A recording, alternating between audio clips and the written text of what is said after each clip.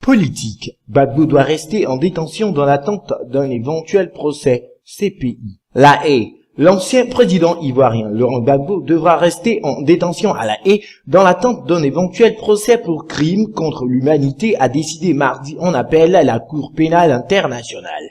La chambre d'appel a décidé à la majorité de confirmer la décision de la chambre préliminaire ordonnant le maintien en détention de M. Gbagbo, a indiqué la CPI dans un communiqué. La défense avait fait appel de la décision de la chambre préliminaire qui date du 11 juillet. Début juin, les juges de la CPI avaient indiqué aux procureurs qu'ils avaient besoin de preuves supplémentaires pour décider de mener ou non un procès contre Laurent Gbagbo, 68 ans, pour son rôle présumé dans les violences post-électorales qui avaient déchiré la Côte d'Ivoire de décembre 2010 à avril 2011. Ces violences qui avaient suivi le refus de M. Gbagbo de reconnaître sa défaite face à Alassane Ouattara à l'élection de novembre 2010 avaient fait quelques 3000 morts. Laurent Gbagbo, soupçonné de crimes contre l'humanité, avait été interpellé en avril 2011 par les forces pro-Ouattara appuyées par l'armée française et l'ONU. Il avait ensuite été transféré fin 2011 à La Haye où il est écroué depuis.